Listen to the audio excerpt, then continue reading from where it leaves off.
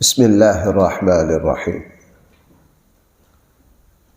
الحمد للہ رب العالمین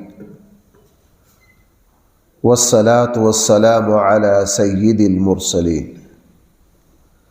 وعلی آلہ واصحابہ اجمعین اما بعد فاعوذ باللہ من الشیطان الرجیم بسم اللہ الرحمن الرحیم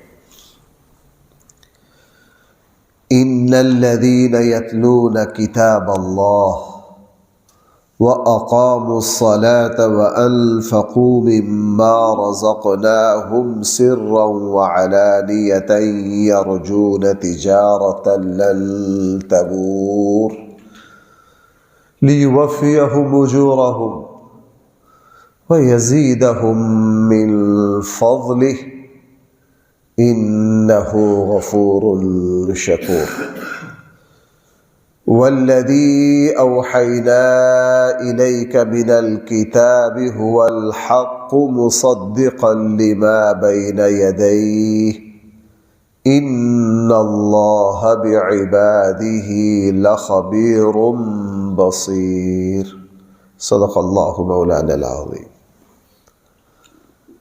پچھلی آیت میں اللہ تعالیٰ نے یہ بات ارشاد فرمائی تھی، انما یخشی اللہ من عبادہ العلماء، کہ اللہ تعالیٰ سے صحیح معنی میں اللہ کے بندوں میں سے وہی ڈرتے ہیں جو علم والے۔ قرآن کریم نے لفظ خشیت استعمال کیا ہے، یعنی اللہ کی خشیت انہی لوگوں کو حاصل ہے بھائی جو کیا ہے، علم والے۔ کل کے درس میں نے عرض کیا تھا، خشیت اس ڈر کو کہتے ہیں جو عظمت، احترام، عزت کی وجہ سے ہو، یعنی اللہ کے بندوں میں سے وہ لوگ جن کے پاس اللہ کی صفات کا علم ہے، جن کو اللہ کی معرفت حاصل ہے، جو اپنے اللہ کی شان اور عظمت کو جانتے ہیں، اس کی وجہ سے ان کے دل میں اللہ کا اتنا احترام، اتنی عظمت ہوتی ہے کہ جب ان کی توجہ اس طرف جاتی ہے کہ یہ بات میرے اللہ کو پسند نہیں یا اس سے میرا اللہ ناراض ہو جائے گا، تو وہ اس سے کانپ جاتے۔ میں نے اپنے ایک بہت عظیم استادوں سے یہ بات سنی تھی۔ میرے استاد شیخ الاسلام حضرت مولانا مفتی محمد تقی عثمانی صاحب نے ایک مرتبہ یہ بات فرمائی تھی، یہی بات سمجھاتے ہوئے کہ میرے والد گرامی مفتی اعظم پاکستان مفتی محمد شفیع صاحب رحمہ اللہ، انہوں نے زندگی میں ہمیں کبھی نہیں مارا، اور مفتی شفیع صاحب رحمہ اللہ بہت ٹھنڈی طبیعت کے، بہت میٹھے مزاج کے تھے، بہت متواضع۔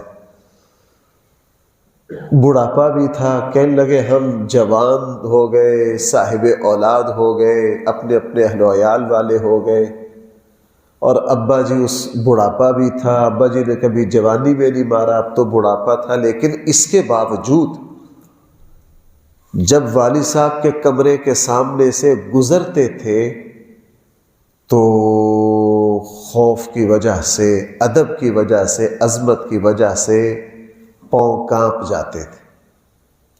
یہی عظمت، اسی کو خشیت کہا جاتا ہے۔ بوڑھی ماں کچھ نہیں کر سکتی، لیکن جو فرما بردار اولاد ہے وہ اس بوڑھی ماں کی ناراضگی سے یوں ڈرتے ہیں کہ اگر والدہ ناراض ہو گئی تو وہ سمجھتے ہیں کہ میرے پلے کچھ نہیں رہا۔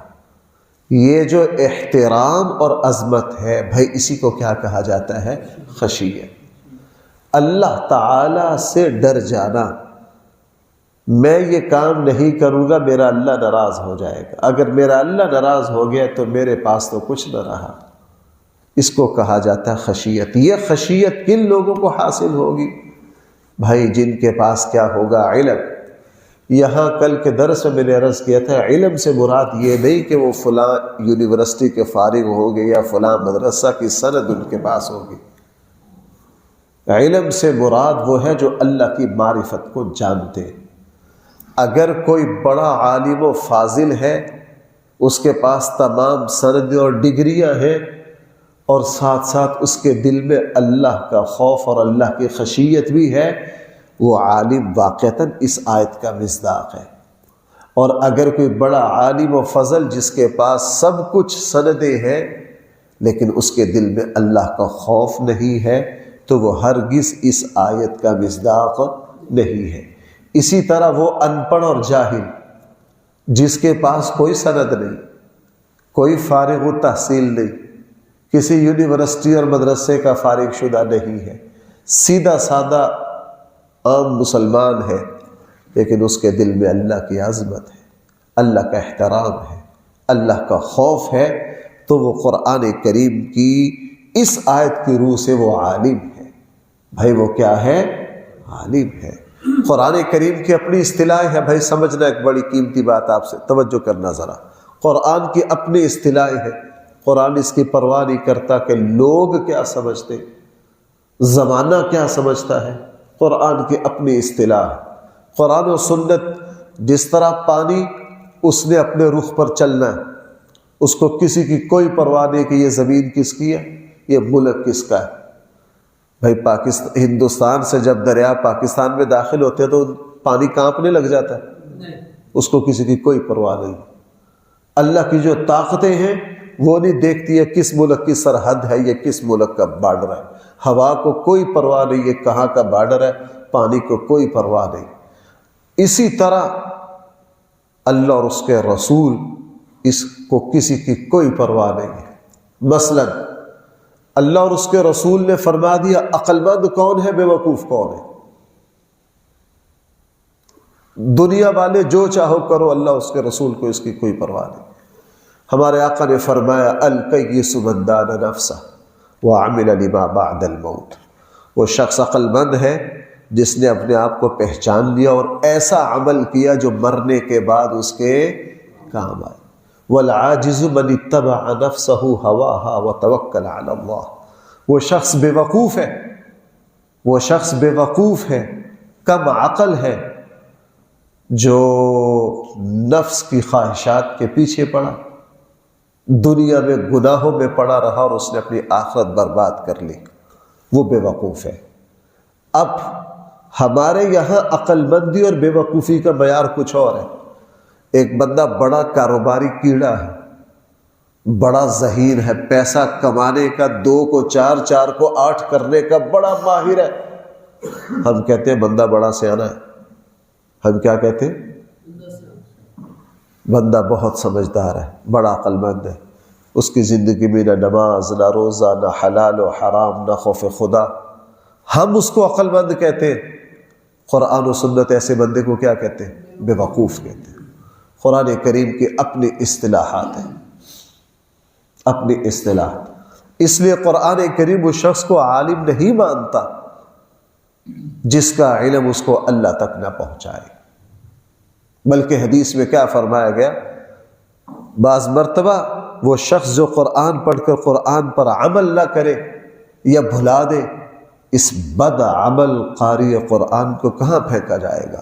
جہنم میں پھینکا جائے گا۔ اس لیے کہ صحیح علم وہی ہے جو انسان کو بھائی کہاں تک پہنچائے؟ اللہ تک پہنچائے، اللہ تک پہنچائے۔ اسی لیے یہاں یہ بات واضح میں نے عرض کر دی۔ کل کا درس سن کر ایک دوست کے کچھ سوالات آئے، میں نے ان سے عرض کیا کہ جو اگلا درس آ رہا ہے اس میں آپ کے سوالوں کے جوابات آ جائیں گے۔ قرآن کریم یہ نہیں دیکھتا کہ اس کے ہاتھ میں سند ہے یا سند نہیں ہے، قرآن کریم نے یہ دیکھنا ہے کہ آیا اس کے پاس اللہ کی معرفت ہے یا نہیں، اللہ کا علم ہے یا نہیں۔ جس شخص کے پاس اللہ کی معرفت ہے، جس کے دل میں رسول اللہ صلی اللہ علیہ وسلم کی سنت کی عظمت ہے اور اس کے عمل میں ہمارے آقا صلی اللہ علیہ وسلم کی سنت ہے، وہ سب سے بڑا عالم ہے۔ بھائی وہ کیا ہے؟ سب سے بڑا عالم ہے۔ آگے کچھ، اسی لیے جو میں نے عرض کیا ہے، علم والوں کی کچھ نشانیاں آگے یہاں بیان کی ہیں، علم والوں کی کچھ نشانیاں یہاں بیان کی ہیں۔ نمبر 1، علم والے وہ لوگ ہیں ان الذین یتلون کتاب اللہ، جو اللہ کی کتاب کو پڑھتے ہیں۔ آپ میری بات سمجھ نہیں رہی، اب مجھے سمجھانی نہیں آ رہی، لگتا ہے مجھے سمجھانی نہیں آ رہی۔ علم والے وہ ہیں، اس سے پتہ چلا جو اللہ کی کتاب کو پڑھ نہ سکے، اگر آپ کے وزیر داخلہ کو سورہ اخلاص نہ آئے، اگر آپ کے وزیر تعلیم کو آیت الکرسی نہ آئے، آپ اس کو وزارت تعلیم دے دیں، وہ وزیر تعلیم ہے، قرآن کو اس کی کوئی پرواہ نہیں، تم نے اس کو کون سا عہدہ دے رکھا ہے؟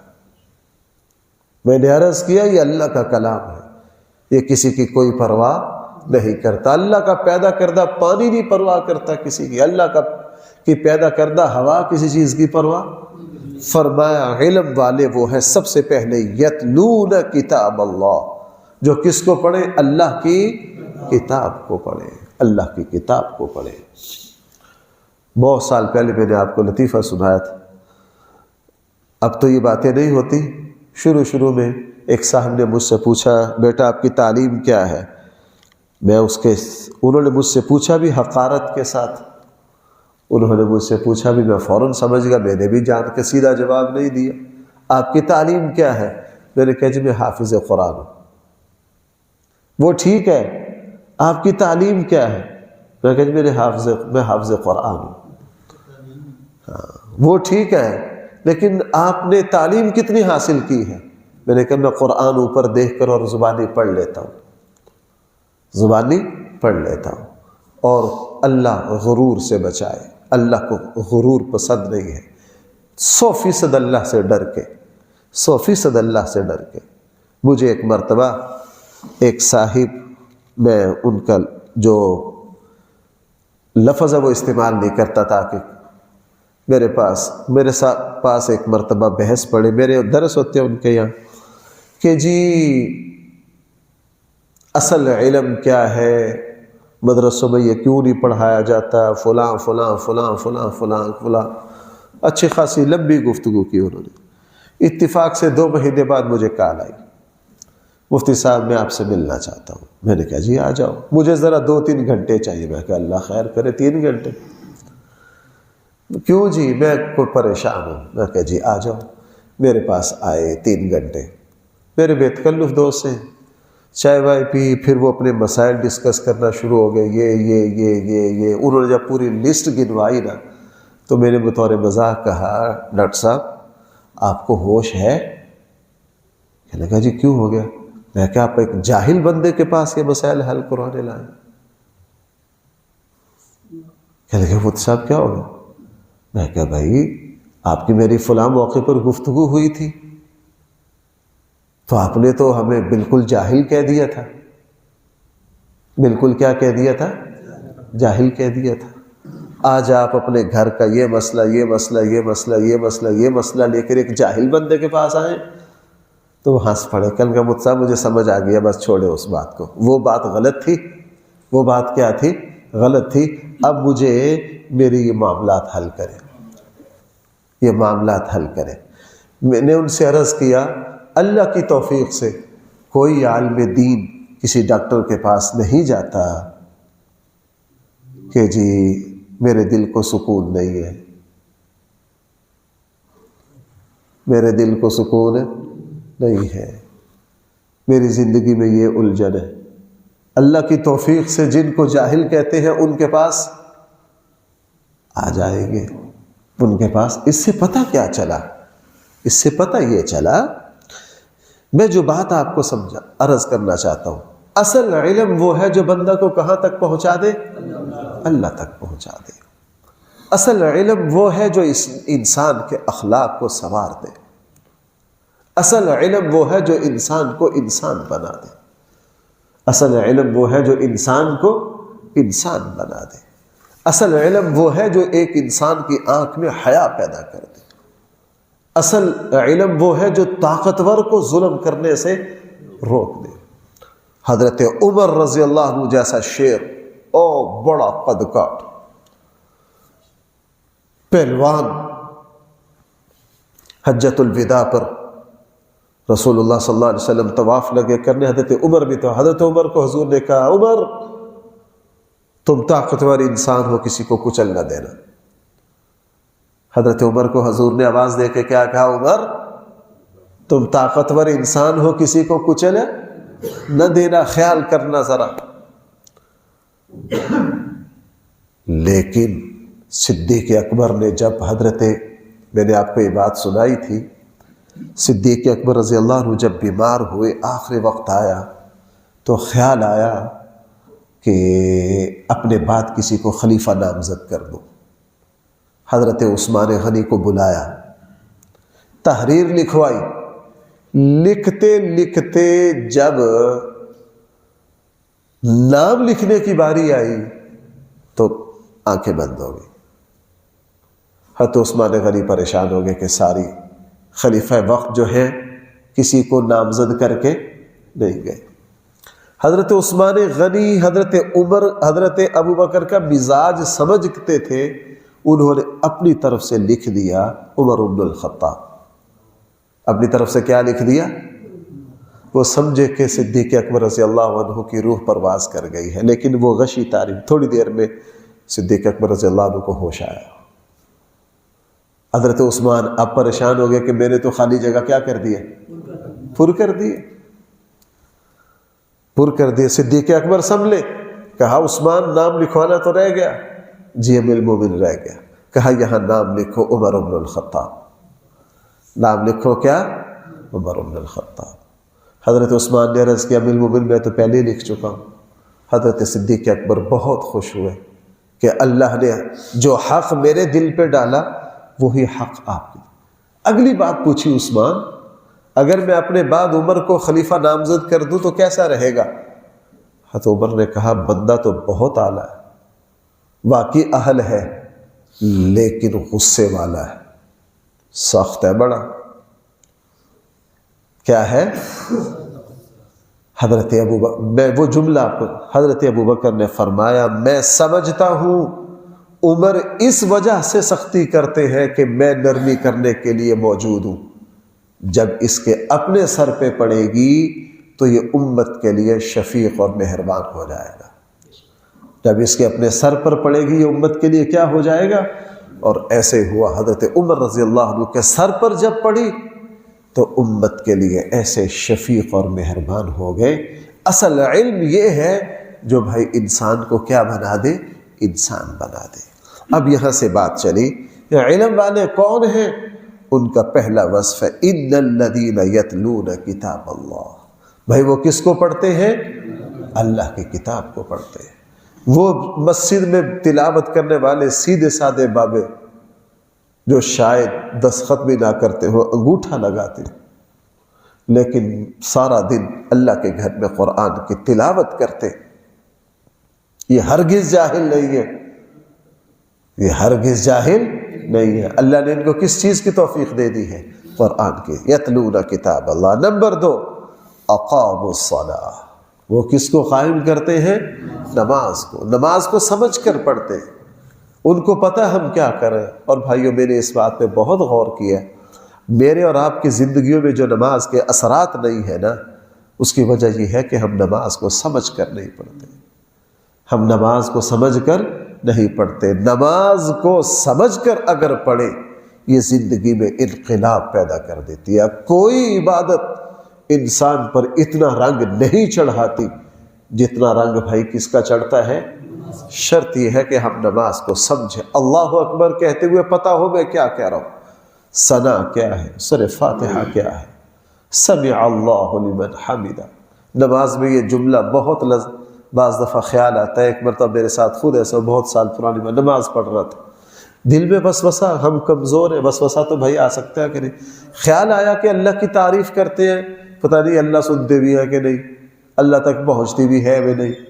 میں پوری رکعت میں یہ سوچتا رہا۔ دوسری رکعت میں جب آیا پھر یہ خیال کہ یار نماز میں پتہ نہیں اللہ سنتا ہے یا نہیں۔ وہ جب رکوع سے اٹھا نا تو زبان پہ کیا ہے؟ سمع اللہ لمن، اوہو اس جملے کو کبھی سوچا ہی نہیں۔ جس نے اللہ کی تعریف کی اللہ نے اس کی تعریف کو الحمدللہ، اس کے بعد دل میں کبھی یہ کیفیت پیدا نہیں ہوئی کہ پتہ نہیں اللہ سنتے ہیں یا نہیں. پوری نماز میں جو کچھ کہہ رہے ہوتے توجہ اس جملے کی طرف زیادہ رہتی ہے. میں جو سبحان ربی الاعلیٰ کہہ رہا ہوں، سمیع اللہ، میں اللہ کی تعریف کر رہا ہوں، سمیع اللہ لمن حمیدہ. جس نے اللہ کی تعریف کی اللہ تعالیٰ اس کی تعریف کو سنتے ہیں. وَأَقَامُوا الصَّلَاةَ. اگلی بات، وَأَنفَقُوا مِمَّا رَزَقْنَاهُمْ سِرًّا وَعَلَانِيَةً. وہ خرچ کرتے ہیں مما رزقناہم، اس رزق میں جو ہم نے ان کو دیا ہے، خفیہ بھی اور اعلانیہ بھی. خفیہ بھی اور بھائیو ذرا متوجہ ہونا ہے، جہاں بھی اللہ تعالیٰ خرچ کا تذکرہ کرتے ہیں یہ لفظ لاتے ہیں رزقنا. بٹ صاحب جو کس نے دیا؟ ہاں، جو ہم نے دیا اس میں سے خرچ کرو.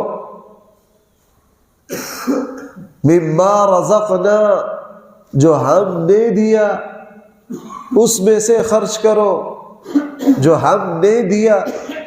اس لیے بھائی میں رمضان میں اکثر یہ نکتہ عرض کرتا ہوں، صدقے کو صدقہ کیوں کہتے ہیں؟ صدقے کا لفظی معنی ہے تصدیق کرنا. صدقے کا لفظی معنی کیا ہے؟ بظاہر کچھ دینے کو صدقہ نہیں کہنا چاہیے. کچھ دینے، یہاں لفظ ہونا چاہیے عطا، مہربانی، دینا، مدد کرنا، نفع پہنچانا، خیرخواہی کرنا، ہمدردی کرنا، کوئی اس طرح کا لفظ ہونا چاہیے. لیکن لفظ کون سا بولا جاتا ہے؟ صدقہ. اور یہ کس سے ہے؟ تصدیق کرنے سے. او بھائی کس چیز کی تصدیق ہے؟ مومن اللہ کے نام پر یوں دے کر تصدیق کرتا ہے مما رزقنا، اے اللہ میرے پاس جو کچھ ہے یہ آپ نے دیا. یہ کس نے دیا ہے؟ آپ نے دیا ہے. زکوٰۃ دے کر مومن تصدیق کرتا ہے اللہ میرے پاس جو کچھ ہے یہ کس نے دیا ہے؟ ہاں، مما رزقنا، جو ہم نے دیا ہے اس میں سے کیا کرو. اور یہ بھی اس اللہ کی مہربانی ہے، اس اللہ کا فضل ہے، اس اللہ کا کرم ہے. کس کو لفظوں میں کس طرح تعبیر کیا جائے. اللہ فرما رہے ہیں ہمارے دیے میں سے کیا کرو. اب جب اللہ کے دیے میں سے خرچ کرنا ہے تو بظاہر ہمیں اجر ملنا نہیں چاہیے، ثواب ملنا نہیں چاہیے، ثواب ملنا نہیں چاہیے. لیکن اللہ چونکہ اپنے بندے پر شفیق ہے، مہربان ہے، کریم ہے، خود دے کر کیا کہہ رہے ہیں؟ دوبارہ خرچ کرو، تمہیں اس پر کیا دیں گے. اس کی مثال استھانوی نے بڑی پیاری تھی. اس کی مثال اس طرح ہے، جیسے بیٹا چھوٹا ہے 10 سال کا 12 سال کا، بھائی وہ تو نہیں کماتا. بازار گیا ابا جی کے ساتھ، سامان خریدنا تھا، پیسے ختم ہو گئے جب ابا جی کے جیب میں تھے. اب ابا 12 سال 14 سال 18 سال کے بیٹے کہہ رہے پتر بیٹا جو پیسے تیرے پاس ہے دینا ذرا، میں تجھے گھر جا کے دے دوں گا. بیٹا جو تیرے پاس پیسے ہیں دینا ذرا، گھر جا کے دے دوں گا. اب یہ 15-18 سال کے بیٹے کے پاس جو پیسے کس نے دیے؟ ابا کی کمائی ہے. ابا کہہ رہا بیٹا یار ذرا پیسے دینا، تو گھر جا کے لے لینا.